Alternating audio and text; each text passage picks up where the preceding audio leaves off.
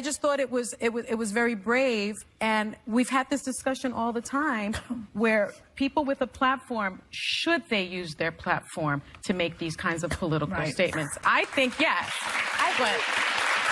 As long, first of all, I call BS on saying that it's brave to call out the president. It's more brave to be a conservative in Hollywood. I have no friends personally who have been blackballed for their political beliefs. I like Eminem. I always have. That being said, just let me listen just 1 second, and then I really would like your perspective. So I remember when Eminem went after President Bush when I was younger, and he said, quote, I don't rap for dead presidents. I'd rather see the president dead. And he was actually investigated by the Secret Service in 2003. And I think for me, what's so interesting, what I think has helped breed Trump, is when all Republicans are Nazis and the worst and awful, sometimes if you cry wolf hard enough, the wolf will eventually show up in one form or another. And I would be curious, if Mike Pence were president, would some of these people who have all these problems still have the same problems with him that they do with Trump? We don't know. I don't know, but I will say this. You know, people, when they speak their mind as themselves, it is a brave move, because it's very dangerous, and people will take you out. People will come up and spit on you, hit you, yell at you, kick you.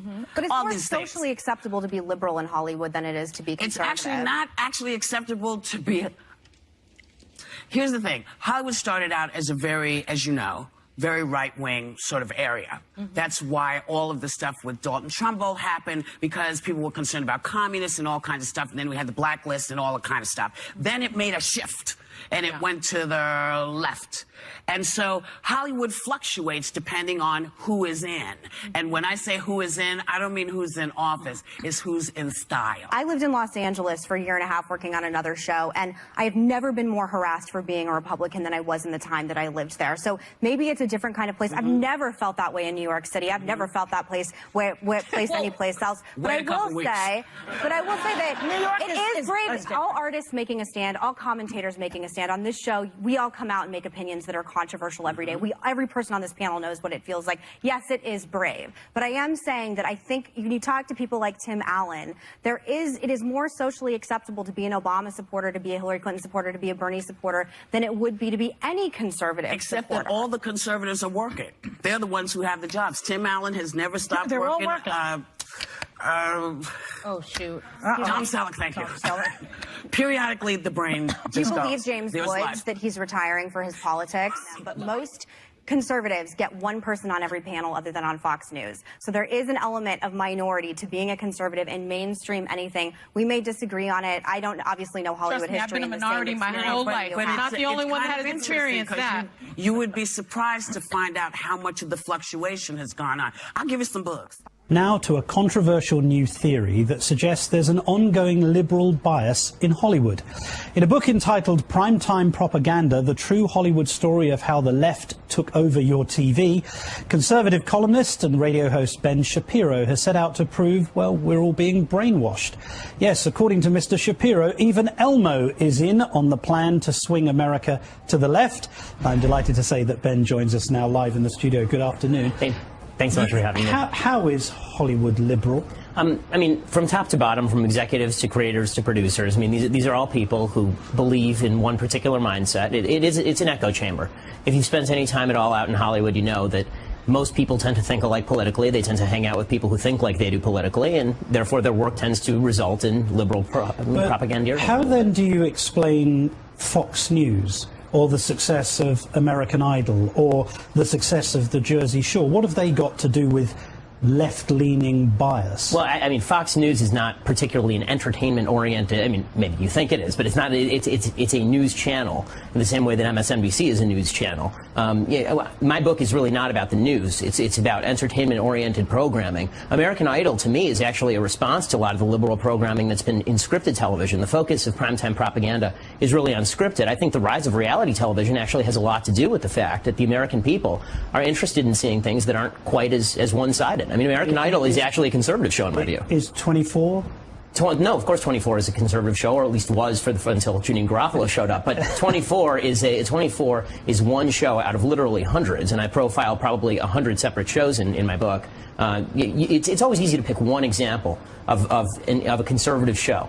But the question is that when you're really talking about the vast majority of scripted television, is it liberal or is it conservative? You can always pick one Don Belisario, one Jerry Bruckheimer, but the vast majority of sitcoms, the vast majority of cable television, all of it is dominated by the left, and I have people on tape that I've been revealing, saying, yes, there's active discrimination in Hollywood, yes, we message our programming. I've read most of your book, and I've got to this point where you even say the television industry made President Obama.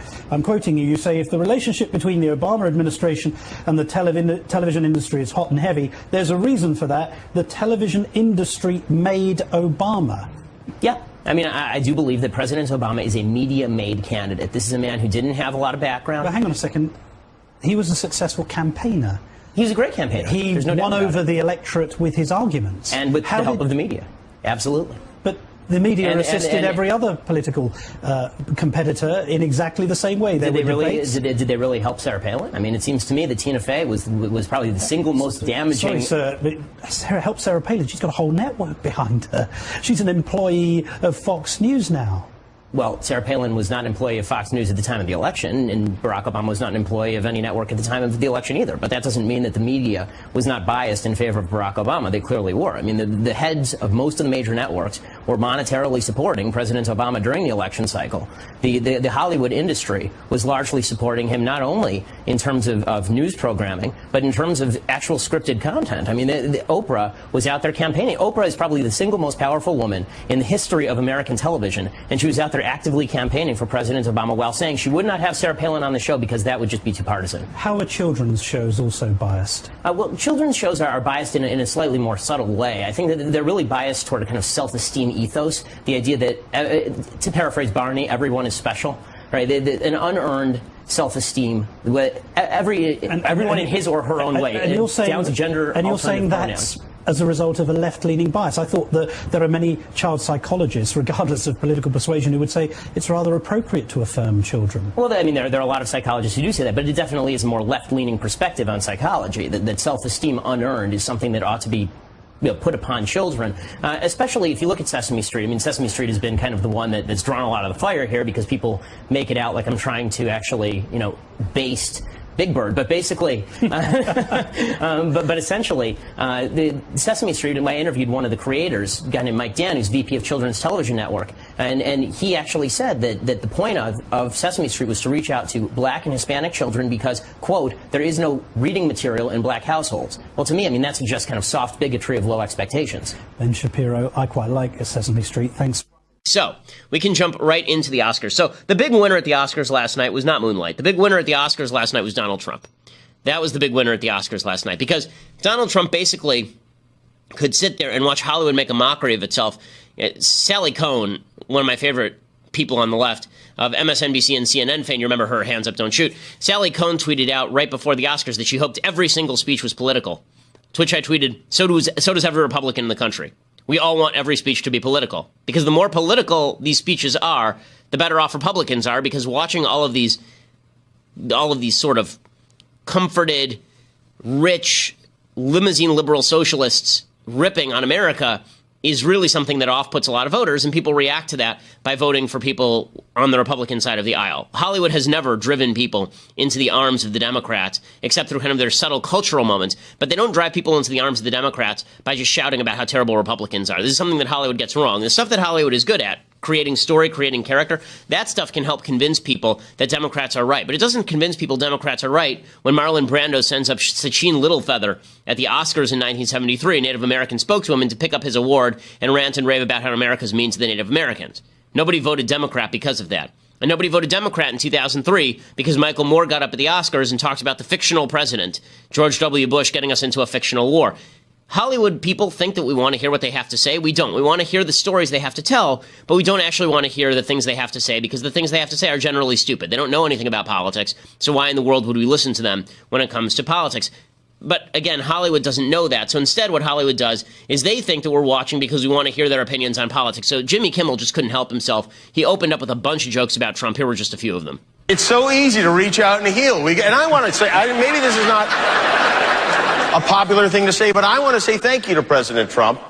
I mean, remember last year when it seemed like the Oscars were racist? Braveheart in this room, and he's not going to unite us either, okay? Meryl, stand up if you would. Everybody, please join me in giving Meryl Streep a totally undeserved round of applause, will you? Standing ovation for Meryl Streep. Because she's Meryl Streep. She's like the Beyonce of actresses. The highly overrated Meryl Streep, everyone. She actually is overrated. She hasn't been good for 30 years. And it was joke after joke about Donald Trump and how terrible Trump was. And look how wonderful we are. And we love Meryl Streep. And Meryl Streep's the best because she made fun of Donald Trump that one time at some ceremony. And yeah, we love her. And sure, she was in a really crappy movie, Florence Foster Jenkins, that nobody ever saw. But it doesn't matter because Meryl Streep, guys, Meryl Streep. So, yeah, he does all of these jokes in a row about Donald Trump, and we're all supposed to sit there and be like, yeah, this is great, yeah. Well, the real reaction is, can you guys get over yourselves, please? Really, this is the best that you can do? These are your best jokes about Donald Trump, calling him racist, and calling, presumably, the people who voted for him racist? And it's a great way to alienate an audience that's already not watching any of your Best Picture nominees. Nothing that was nominated for Best Picture this year did well at the box office. I think the only exception, as far as a movie that did well at the box office, was Arrival. I'm not aware of any other movie that was nominated for Best Picture this year that did over $100 million in business. Did Arrival end up doing $100 million in business? If it did, it was real close. So it was not a blockbuster blowout out of the ballpark. It was a good movie. I enjoyed it, but all of the movies that were nominated this year, again, were seen by pretty much the people in this particular room. And then it didn't stop there. The self-aggrandizement of Hollywood is just unending. Viola Davis won Best Supporting Actress for her role in Suicide Squad. Oh, no, sorry. It was not for Suicide Squad. It was for her role in, what was the name of that movie? Fences. Sorry, I got that wrong. But Viola Davis, I thought she was fantastic in Suicide Squad. That's why I thought that she had to win. So was that guy who, shot fire from his fingers and everything. Anyway, Viola Davis, she gets up and she gives this speech. I became an artist, and thank God I did, because we are the only profession that celebrates what it means to live a life.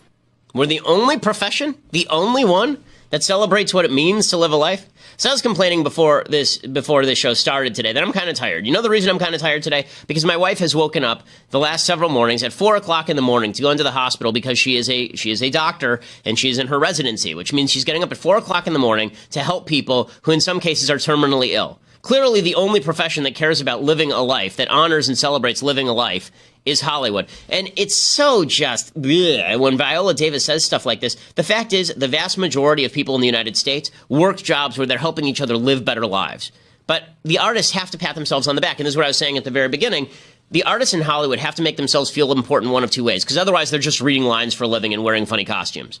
So they have to make themselves feel important one of two ways. One is they make important stories, right? We're going to make a story about a black gay Ute living in Miami, right? That's going to be the thing that makes us important. Or, alternatively, we have to talk about how important we are to everybody else. Now, I don't get on the air every morning and talk about how important my job is. Right? I don't, because it's either important to you or it's not important to you, but I don't have to preach how important what I do is to you because you'll decide for yourself. And I think that's true for the vast majority of people. When you call a plumber, he doesn't show up to your house and go, you know what? It's really important I fix your toilet today. I'm the guy who stands between you and crap running over your floor. And the plumber doesn't do that. He just goes and he fixes your stuff. But the artist community, because they understand that people sort of see them as frivolous, they feel the necessity to go out and talk about how special they are all the time. And this is not underestimating art. I love art. I love the movies. I love books. I love plays. I love the arts. I grew up in the arts. My dad was somebody in the arts. My mom is somebody in the arts. My sister is somebody in the arts. Two of my sisters are people in the arts. I love the arts. They're fantastic. I write novels. I love the arts. But art is wonderful. It's enriching. It can connect us to each other. But the utter arrogance, the true arrogance of saying the only profession that celebrate what it means to live a life, that's really astounding. You know who else celebrates? Literally everyone does. You know who else celebrates what it means to live a life? Morticians, right? They actually put together the funeral arrangements where we remember people. There's also something that's really high-handed about saying that only the lives we choose to honor in Hollywood are the important ones, right? She said in this speech, she said, there's one place all the people with the greatest potential are gathered, the graveyard. People ask me all the time, what kind of stories do you want to tell, Viola? And I say, exhume those bodies, exhume those stories, the stories of the people who dream big and never saw those dreams to fruition. And this kind of stuff goes over big in Hollywood. Ooh, the dreams. Ooh, the dreams. Okay, but the reality is, the vast majority of people in the graveyard, their stories will never be told. But they are still remembered by their family. Their impact is still felt. Your life doesn't end when your life ends unless Viola Davis exhumes you and makes a story about you, with it that's not even real, right? Unless a fictional story about a person who never existed. No, what actually makes your life important is the friends and family around you and the way you impact the world in a better way and the way that you do honorable things for friends and neighbors and make the world a better place.